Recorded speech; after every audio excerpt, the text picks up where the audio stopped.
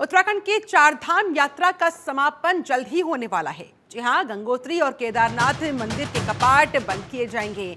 2 नवंबर को बंद होंगे गंगोत्री धाम के कपाट, जबकि केदारनाथ धाम के कपाटों को 3 नवंबर को बंद कर दिया जाएगा और अगले 6 महीनों के लिए केदारनाथ धाम के कपाट बंद कर दिए जाएंगे। 12 अक्टूबर को यमुनोत्री और बद्रीनाथ धाम के कपाट भी बंद हो जाएंगे।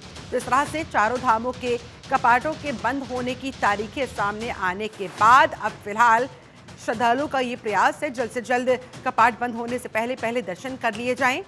केदारनाथ धाम के कपाटों को फिर अगले 6 महीनों के लिए बंद कर दिया जाएगा। 12 अक्टूबर को यमुनोत्री और बद्रीनाथ धाम के कपाट भी बंद हो जाएंगे, यानी कि आज।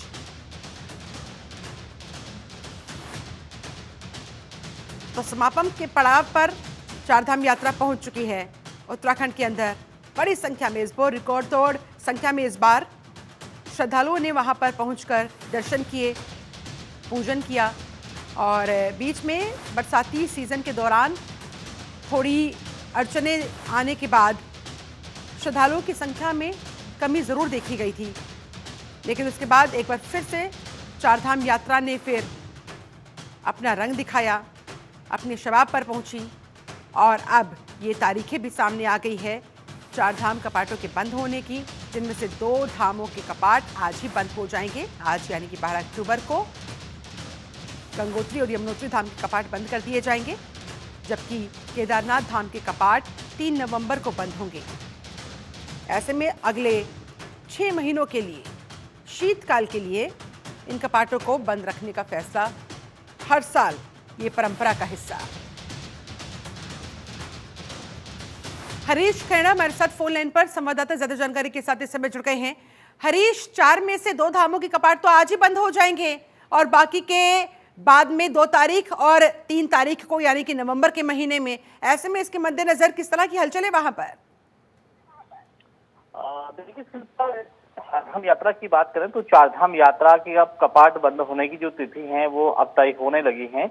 आज की अगर बात करें तो आज यमुनोत्री और भगवान बद्रीनाथ के कपाट बंद होने की तिथि तय होनी है और एक मीटिंग यहाँ पर होगी और दिन निकाला जाएगा कि कब ये मुहूर्त होगा और तब भगवान बद्रीनाथ और यमुनोत्री के कपाट बंद किए जाएंगे। लेकिन अगर हम केदारनाथ की बात करें या फिर हम गंगोत्री की बात करें तो इन दोनों धामों की जो बंद होने की जो तिथि है, कपाट बंद होने की तिथि है, वो हो चुकी है, घोषित हो चुकी है।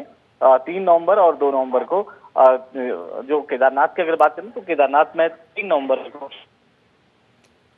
और ऐसे में यमुनोत्री बद्रीनाथ के कपाट बंद होने की तारीख भी आज 12 अक्टूबर को ऐलान कर दिया गया है। बिल्कुल, देखिए, क्योंकि जो शीतकाल के लिए जो कपाट बंद होने की जो तिथि है वो लगभग तय हो चुकी है। अगर हम गंगोत्री की बात करें या फिर हम भगवान केदारनाथ की अगर बात करें तो दोनों धामों की जो तिथि है वो बिल्कुल तय हो चुकी है 2 नवंबर और 3 नवंबर को, यानी कि 3 नवंबर को भगवान केदारनाथ के कपाट बंद होने हैं और साथ ही साथ 2 नवंबर की अगर बात करें तो 2 नवंबर को गंगोत्री धाम के कपाट बंद होने हैं। तो ये बिल्कुल दोनों धामों की जो तिथि है वो तय हो चुकी है। दूसरी तरफ अगर हम केदारनाथ और माफ कीजिएगा यमुनोत्री और बद्रीनाथ की बात करें तो बद्रीनाथ की आज तिथि तय होनी है, कब दोनों धाम की जो कपाट होंगे वो बंद किए जाएंगे। जी, बहुत शुक्रिया आपका हरीश खैड़ा इस पूरी बातचीत के लिए, जानकारी के लिए।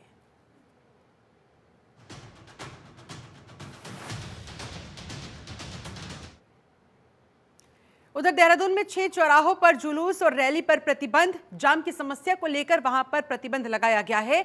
जिला प्रशासन ने जुलूस किसी तरह का कोई वहां पर नहीं निकाला जाएगा, कोई रैली वहां पर नहीं होगी, इस पर पूरी तरह से बैन लगा दिया गया है।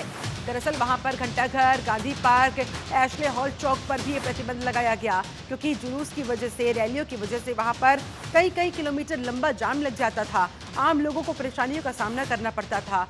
दर्शन लाल तहसील और बुद्ध चौक पर भी प्रतिबंध इसे लागू किया गया। आयोजनों के लिए एक नया रूट और नया स्थल निर्धारित किया गया है और अगर कोई नियम का पालन नहीं करेगा तो उसके खिलाफ सख्त कार्रवाई करने की चेतावनी भी प्रशासनिक अधिकारियों की तरफ से दी गई है।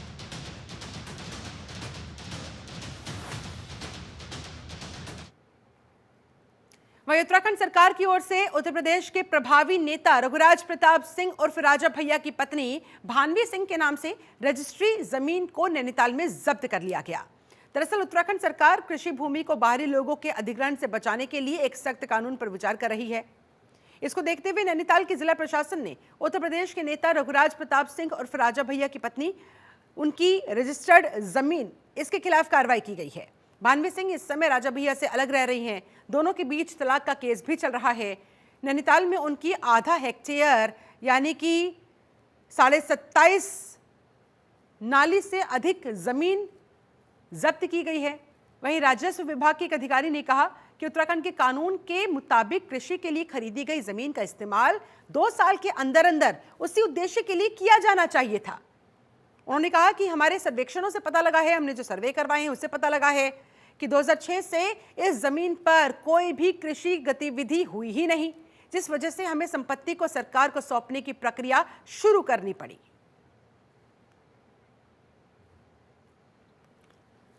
तो कुल मिलाकर राजा भैया की पत्नी भानवी सिंह उनके नाम पर जो जमीन की रजिस्ट्री थी उसको लेकर ये बड़ा झटका उनको लगा है। जमीन में खरीद के बाद उन्होंने कोई खेती कार्य करवाया ही नहीं, जबकि रूल ये है, नियम ये कहता है कि 2 साल के अंदर अंदर वहां पर कृषि गतिविधि शुरू हो जानी चाहिए थी, लेकिन आज तक ऐसा नहीं हुआ। साल 2006 में ये जमीन खरीदी गई थी, जिसके बाद अब ये मामला जब प्रशासनिक अधिकारियों तक पहुंचा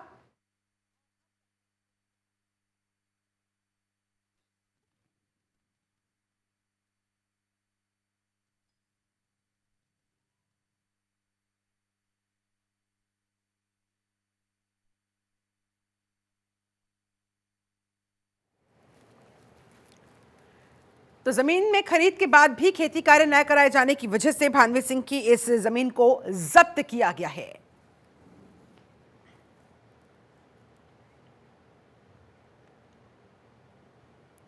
खबर देहरादून से है, जहां पर पुलिस को बड़ी कामयाबी हाथ लगी। पुलिस ने अंतर्राज्यीय मानव तस्करी गिरोह का पर्दाफाश किया। साथ ही पुलिस ने 3 तस्करों को भी गिरफ्तार किया है। 3 नाबालिग बच्चियों को रेस्क्यू भी कर लिया गया। बता दें आपको, पकड़े गए आरोपियों में 1 महिला और 2 पुरुष शामिल है। वहीं इस पूरे मामले पर देहरादून के एसएसपी अजय सिंह का भी बयान सामने आया। उन्होंने कहा, देहरादून के आईएसबीटी क्षेत्र में 3 नाबालिग लड़कियां संदिग्ध अवस्था में घूमती हुई मिली थी, जिसके बाद पुलिस और चाइल्ड वेलफेयर कमेटी ने उनसे पूछताछ की, जिसके बाद पूछताछ में पता चला कि ये लड़कियां अलग अलग स्थानों से दिल्ली में पहुंची थी। नौकरी दिलाने के बहाने यहां पर लाई गई थी। आईएसबीटी क्षेत्र में 3 नाबालिग जो है लड़कियों के संदिग्ध अवस्था में इस तरह घूमते हुए पता चला था, जिसके बाद जो है पुलिस ने उनसे पूछताछ करी। पूछताछ के बाद जो है, चूंकि नाबालिग बच्चियां थी, तो CWC चाइल्ड वेलफेयर कमेटी को भी बुला लिया गया। और जो पूछताछ के बाद समस्त प्रकरण अभी तक जो संज्ञान में आया, उसमें जो हमारी एसटीओ टीम है उनके द्वारा ये पता चला कि ये बच्चियाँ अपने अलग अलग स्थानों से दिल्ली में पहुँची थी वहाँ पर 2, और इसके बाद वहाँ पर इनको किसी ने गुमराह करके नौकरी या काम दिलाने के बहाने उनको 2 और लोग थे, उनके माध्यम से यहाँ पर देहरादून भेजा था। चूँकि रात को जहाँ पर ये लोग रुके थे 3 लोग वहाँ इनको कुछ ऐसी बातें पता चली कि जहाँ पर कहीं इनको मानव तस्करी में शामिल करने की या कहीं इनको बेचने की ऐसी बात पता चली, जिससे डर के मारे तीनों जो बालिकाएं थी वो वहाँ से निकल गईं और पुलिस के पास पहुँची थी। और पुलिस ने जो हमारी एंटी ह्यूमन ट्रैफिकिंग यूनिट है, वहाँ के जो इंस्पेक्टर द्वारा पूरी जानकारी उपरांत इसमें एक मुकदमा दर्ज कराया था। और इस पूरे समस्त चीज़ों में 2 लोग की संलिप्तता प्रकाश में आई थी, जहाँ पर बच्चियाँ थीं। उन 2 लोग को इसमें एंटी ह्यूमन ट्रैफिकिंग की जो विभिन्न धाराओं में गिरफ्तार भी किया गया। हरीश खेड़ा फोन लाइन पर हमारे साथ संवाददाता ज्यादा जानकारी के साथ जुड़ गए हैं। हरीश, पुलिस को कैसे मिली ये कामयाबी?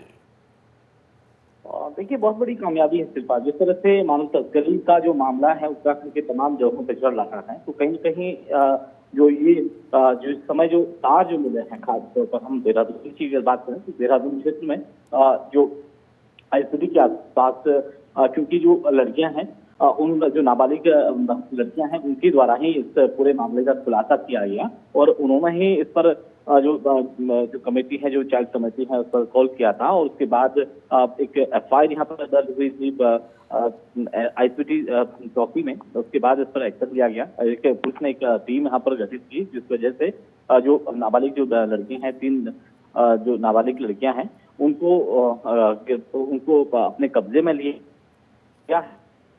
2 लोग हैं, उनके खिलाफ यहाँ पर मामला भी दर्ज कर दिया गया है। बहुत बड़ी उपलब्धि है, क्योंकि जिस तरह से लगातार ह्यूमन ट्रैफिकिंग का अगर हम करें तो उधर की जो तस्करी है वो लगातार हो रही है। उससे कहीं ना कहीं एक बड़ा कसने का काम पुलिस कर रही है। और यही सबसे बड़ा उदाहरण है कि जिस तरह से अगर हम आईपीडी देहरादून की अगर बात करें तो यहाँ पर भी जो नाबालिग बच्चियां हैं उनको पुलिस ने सबूत किया है अपने आप में। एक बड़ी कामयाबी पुलिस को मिली है। जी हरीश, कब से गैंग वहां पर काम कर रहा था और किस लेवल तक ये गैंग पहुंचा हुआ था? कौन कौन लोग संलिप्त थे? कैसे ये इस गैंग को चला रहे थे, लड़कियों को उठाते थे, मानव तस्करी को अंजाम दे रहे थे? देखिए, पुलिस ने एक बड़ा खुलासा किया है। एसएसपी देहरादून अजय सिंह ने जानकारी दी है कि जो 3 नाबालिग लड़कियां हैं उनको संदिग्ध अवस्था में घूमते हुए यहाँ देखा गया और जो चाइल्ड वेलफेयर जो कमेटी है उनसे यहाँ पर पूछताछ की गई थी बच्चियों से। और सारी चीजें उन बच्चियों ने बताई हैं कि उनको यहाँ पर जो दिल्ली में या अन्य में नौकरी देने की बात कही जा रही थी और उनको अन्य राज्यों में ले जाया जा रहा था। और जबकि वहां से वो देहरादून पहुंचे हैं और जब उनने अपने आप को बेचने की जैसी ऐसी चीजें जो सुनी है लोगों से, जो उनके जो साथ में जो लोग थे, तो तब उन्हें शक हुआ कि कहीं न कहीं बेचा जा रहा है, बच्चियों को बेचा जा रहा है। उसके बाद उन्होंने शुक्रिया आपका हरीश खरेड़ा इस पूरी बातचीत के लिए, जानकारी के लिए।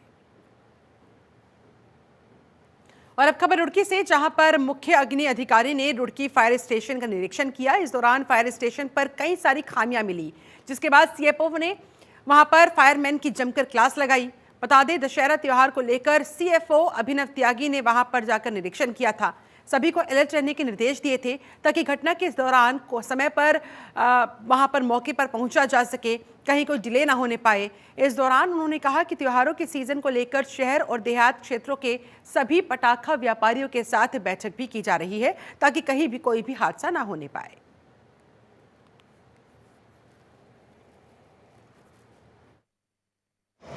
देखिए, हमने जितने भी संवेदनशील स्थल हैं, चाहे बाज़ार हो, चाहे पटाखा मार्केट हो, चाहे हमारी फैक्ट्रियाँ हों, हमने सभी के साथ एक विशेष बैठक की है, चल रही है लगातार।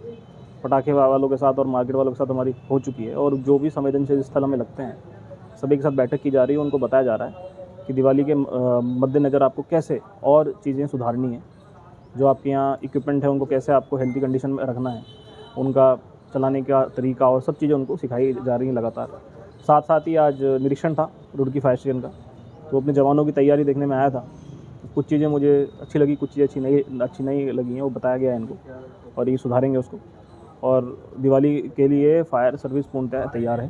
देखिए, हमने जितने भी संवेदनशील स्थल, तो सभी को अलर्ट रहने के निर्देश जारी किए गए हैं। खास तौर पर जितने वहाँ के पटाखा व्यापारी हैं उनसे मीटिंग की गई, उनसे बातचीत की गई बैठक के दौरान और इंस्ट्रक्शंस दिए गए ताकि कहीं भी कोई भी हादसा ना होने पाए। रुड़की फायर स्टेशन का निरीक्षण यहाँ पर ये अलग अलग फैक्ट्रीज में जाकर सीएफओ अभिनव त्यागी काफ़ी एक्टिव मोड में नजर आ रही हैं। उन्होंने खुद निरीक्षण किया और जहाँ पर कमी पेशी पाई गई वहाँ जुर्माना के साथ साथ इंस्ट्रक्शंस भी दिए गए हैं कि आगे भविष्य में कोई भी लापरवाही ना बरती जाए। पटाखा व्यापारियों के साथ भी बैठक करते हुए उन्हें किसी भी तरह के हादसे से बचने को लेकर हिदायत देते नजर आए। और अब खबर हरिद्वार से। जिला कारागार हरिद्वार से 2 कैदियों के भागने से हड़कंप मच गया। कैदी पंकज निवासी रुड़की और राजकुमार निवासी गोंडा उत्तर प्रदेश के रहने वाले हैं। दोनों ही मौका पाकर जेल से फरार हो गए। बता दें आपको, पंकज तो हत्या के मामले में आजीवन कारावास की सजा काट रहा था, जबकि राजकुमार विचाराधीन कैदी था। पुलिस अब फिलहाल दोनों ही फरार कैदियों की तलाश में जुटी हुई है। कहा जा रहा है कि जेल में हाई सिक्योरिटी बैरक का निर्माण करवाया जा रहा था। इसी को लेकर वहां पर एक सीढ़ी लगी हुई थी, जहां से फायदा उठाकर दोनों कैदी भाग गए, फरार हो गए। दोनों कैदियों के फरार होने के बाद जेल प्रशासन पर भी हालांकि सवाल खड़े हो रहे हैं कि ये लापरवाही कैसे बरती गई। वहीं पुलिस दोनों कैदियों की फिलहाल तलाश में लगी हुई है। जानकारी देते हुए हरिद्वार जिला कारागार के वरिष्ठ जेल अधीक्षक मनोज कुमार आर्य ने बताया वो अवकाश पर थे, यानी कि छुट्टी पर थे। आगे उन्होंने कहा कि जिला कारागार में ये जो हाई सिक्योरिटी बैरक का निर्माण कार्य चल रहा था, इसी के लिए वहां पर कंस्ट्रक्शन के लिए एक सीढ़ी मंगवाई गई थी। वो सीढ़ी वहां पर रखी हुई थी और इसी बात का फायदा उठाकर इन दोनों कैदियों ने जेल से फरार होने में वो कामयाब हुए। फिलहाल मौके पर वरिष्ठ पुलिस अधिकारी पहुंचे हुए हैं, जांच पड़ताल में जुटे हुए हैं कि आखिरकार किसकी लापरवाही है।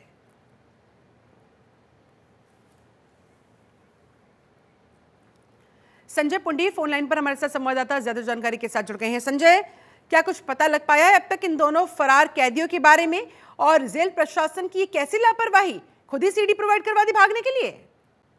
देखिए, हरिद्वार जिला प्रशासन की ये बड़ी लापरवाही है, क्योंकि हम लगातार देख रहे हैं कि जो जेल प्रशासन है वहां पर इन दिनों रामलीला का मंचन किया जा रहा था। हालांकि जो कैदी थे वो यहाँ दर्शक भी बताए जा रहे हैं, और हाई सिक्योरिटी के लिए वहां जेल में कुछ निर्माण कार्य भी चल रहा था, जिसका फायदा उठाकर दोनों ही कैदियों ने वहां से फरार हो गए। हालांकि इस पूरे मामले के बाद अब जो जेल प्रशासन है उसमें हड़कंप मच गया है। स्थानीय पुलिस भी वहां पहुंची है मौके पर, और पुलिस यह भी दावा कर रही है कि जल्द से जल्द उन कैदियों को पकड़ लिया जाएगा। लेकिन ये बड़ी लापरवाही, जो जेल अधीक्षक है मनोज कुमार आर्या, उनका यह कहना है कि वो अवकाश पर थे, और कहीं ना कहीं जो वहां पर मौजूद अधिकारी है उनकी एक बड़ी लापरवाही है।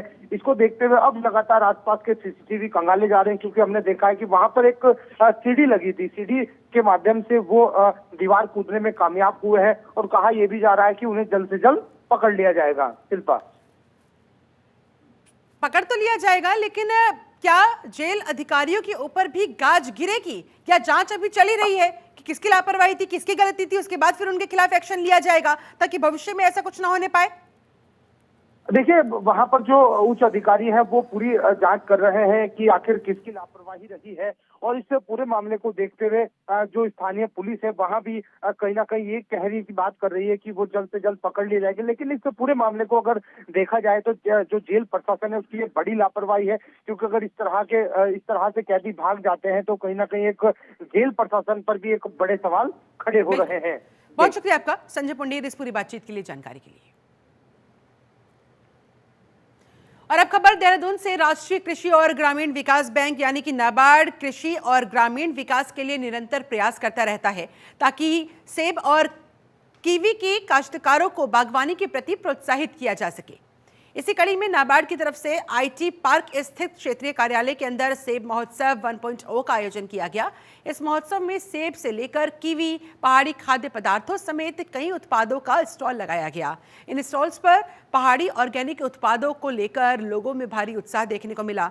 वहीं नाबार्ड के नए मुख्य महाप्रबंधक पंकज यादव ने बताया कि पर्वतीय और ग्रामीण अंचलों में समृद्धि लाने के उद्देश्य के साथ ऐसे महोत्सवों का आयोजन किया गया है। उत्तराखंड का सेब लगातार अपनी पहचान बनाता जा रहा है। पहाड़ी जिलों में कीवी की खेती भी काश्तकार करने लगे। नाबार्ड भी किसानों को बागवानी पौधे उपलब्ध करवाता है ताकि किसान सेब और कीवी जैसे फलों का उत्पादन करके लोगों तक पहुंचा सके। उन्होंने कहा, सेब महोत्सव आयोजित करने का उद्देश्य यही है कि लोगों को पता तो लगे कि उत्तराखंड में भी अच्छे उत्पाद होते हैं, सेबों की यहाँ पर अच्छी फसल होती है। वहीं आगे आने वाले समय में सेब महोत्सव 2.0 पर भी विचार करने की बात उनकी तरफ से कही गई। देखिए, जैसे नाम से पता चल रहा है सेब महोत्सव, तो उत्तराखंड के अंदर सेब काफ़ी हो रहा है। बहुत अच्छी क्वालिटी का सेब होता है। उस सेब को एक मार्केट मिले और लोगों की नज़रों में आए, उसको बढ़ावा मिले, उसका एक छोटा सा प्रयास नाबार्ड कर रहा है। नाबार्ड इन एरियाज़ के अंदर पहले तो ऑर्चार्ड देता है, जिसमें कि सेब और बाकी अन्य फलदार पौधे दिए जाते हैं, जिनसे कि उत्पादन होता है, और उसके विपणन के लिए एक प्रयास कर रहे हैं। तो जैसा नाम से पता चल रहा है सेब महोत्सव 1.0, तो ये पहला ऐसा प्रयास हम कर रहे हैं। ये अभी थोड़ा छोटे स्केल पे हो रहा है, पर इसको धीरे धीरे बढ़ाया जाएगा। इसके अंदर हम सरकार का साथ लेंगे, हमारे बैंकर साथियों का साथ लेंगे, आप सबका भी हम लोग इसमें साथ लेंगे, ताकि हमारे जो किसान भाई हैं, जो फार्मर प्रोड्यूसर ऑर्गेनाइजेशन के रूप में कार्यरत हैं, काम कर रहे हैं, उनको बढ़ावा मिले। सेब के साथ साथ हमने यहाँ पे कीवी भी लेके आए हैं। आपने देखा होगा कप कोट से यहाँ पे कीवी। वहीं चमोली में पर्यटन विभाग के द्वारा आयोजित जनपद स्तरीय 10 दिवसीय साहसिक पर्यटन प्रशिक्षण कैंप समापन किया गया। प्रशिक्षण कैंप में 35 युवाओं को ट्रैकिंग और माउंटेनियरिंग आदि गतिविधियों की ट्रेनिंग के साथ साथ खांकरखेत पर्यटक स्थल का भ्रमण करवाकर वहां के विभिन्न पहलुओं की जानकारियां दी गई। पिछले 10 दिनों से चल रहे साहसिक पर्यटन प्रशिक्षण शिविर के समापन समारोह में बतौर मुख्य अतिथि के रूप में पूर्व पालिका अध्यक्ष गौचर मुकेश नेगी द्वारा युवाओं को पर्यटन के क्षेत्र में रोजगार को सुरक्षित करने हेतु प्रोत्साहित भी किया गया। बता दें आपको, इस कार्यक्रम का उद्देश्य क्षेत्र में पर्यटन को बढ़ावा देना, स्थानीय युवाओं को रोजगार के अवसर प्रदान करना है।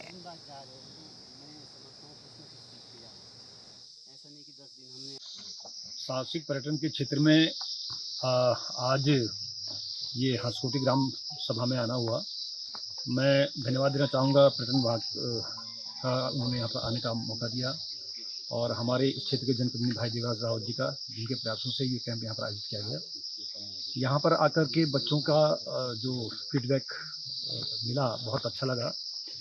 हमारे उत्तराखंड के अंदर साहसिक पर्यटन में असीम संभावनाएं हैं और मेरा ये मानना है, यदि इस दिशा में दिल से काम किया जाए, जैसा हमारा पर्यटन विभाग कर रहा है, तो यहाँ पर भी हमको असीम संभावनाएं पर्यटन में लगती हैं और रोजगार के अवसर भी इसमें उपलब्ध होते हैं।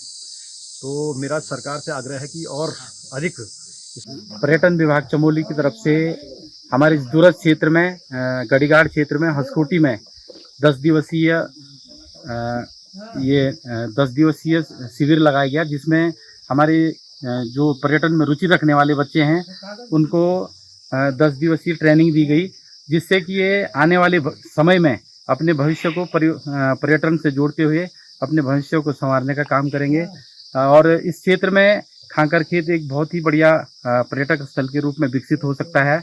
और मैं समझता हूं कि मैं निवेदन भी करना चाहूँगा पर्यटन विभाग से और सरकार से कि इस क्षेत्र में अपार संभावनाएं हैं, जिससे हमारे क्षेत्रीय लोगों को, क्षेत्रीय जो निवासी हैं उनको यहाँ पर रोजगार प्राप्त हो सके और आने वाले भविष्य में हमारे जो ये बच्चे ट्रेनिंग ले रहे हैं इनका भी उज्जवल भविष्य इस क्षेत्र में बढ़ सके। और इन्हीं शब्दों के साथ मैं पुनः पर्यटन विभाग का बहुत बहुत आभार प्रकट करना चाहता हूं कि आपने इस दूरस्थ क्षेत्र को इस ट्रेनिंग के लिए चुना और आगे भी मैं आशा रखता हूं कि आगे भी इस प्रकार के आयोजन इस क्षेत्र में किए जाए ताकि इस क्षेत्र का पर्यटन की दृष्टि से विकास हो सके। बीते कल हम सब लोग ट्रैकिंग के लिए खांकर खेत महादेव गए थे, तो वहाँ पे एक बहुत प्यारा मीडो है जो टूरिज्म की दृष्टि से बहुत अच्छा और बहुत अट्रैक्शन का एक सेंटर हम कह सकते हैं। जब हम वहाँ गए तो रास्ते में बहुत प्यारे विलेजेस आ रहे हैं जो हमारी एक हेरिटेज के रूप में है और हमारी धरोहर है, हमारे पुराने घरों की नक्काशी उन पे है। फिर जब हम आगे मूव करें तो हमें एक बहुत प्यारा वाटरफॉल वहाँ पे दिखाई दिया और वो डेंस फॉरेस्ट जो है वो उसकी अलग अपने आप में एक विशेषता है। फिर जैसे हम आगे बढ़ते हैं तो खांकर खेत महादेव नामी ट्रैक का है, तो वहाँ से हमको बहुत सारी पीक्स ऐसी हैं जो विजिबल होती हैं। वहीं सौंग बांध परियोजना के अंतर्गत विस्थापित हो रहे परिवारों को लेकर शासन स्तर पर कसरत लगातार जारी है। सचिव सिंचाई आर राजेश कुमार ने बताया कि मामले में मुख्य सचिव की अध्यक्षता में बैठक हो चुकी है। साथ ही विस्थापितों के लिए दूसरे विभागों से जमीन के लिए दरख्वास्त भी की गई है। जितने भी परिवारों को शिफ्ट किया जाना है उनकी उम्मीदों के मुताबिक महत्व दिया जा रहा है। बता दें, आरएनआर पॉलिसी के मुताबिक जो भी सबसे बेहतरीन होगा, सबसे अच्छा होगा, वो विस्थापित परिवारों के लिए किया जाएगा। इसको लेकर हम प्रतिबद्ध हैं। जिन 30 से 35 परिवारों को शिफ्ट किया जाना है उनको साइट पर भी विजिट करवा दिया गया है, उनको दिखा दिया गया है, जबकि अन्य पूरी की पूरी जो कार्रवाई है वो शासन स्तर पर अभी चल ही रही है। देखिए, सौंग डैम में जहाँ तक विस्थापन की कार्रवाई है वो अभी चल रहा है। इसमें मुख्य सचिव महोदया के स्तर पे मीटिंग भी हुई थी और बाकी डिपार्टमेंट्स से भी हम लोगों ने रिक्वेस्ट किया है लैंड के लिए, और जितने भी परिवार हैं उनको साथ लेकर और उनके जो आशाएं हैं और उनके जो उम्मीदें हैं उनको भी हम लोग जो है उनको भी महत्व दे रहे हैं। और जो बेस्ट से बेस्ट होगा आरएनआर पॉलिसी के तहत विस्थापित गाँव के लिए वो हम लोग कर रहे हैं। चलिए, इसी के साथ उत्तराखंड की अहम खबरों में फिलहाल बस इतना ही। आप बने रहे जनतंत्र टीवी के साथ।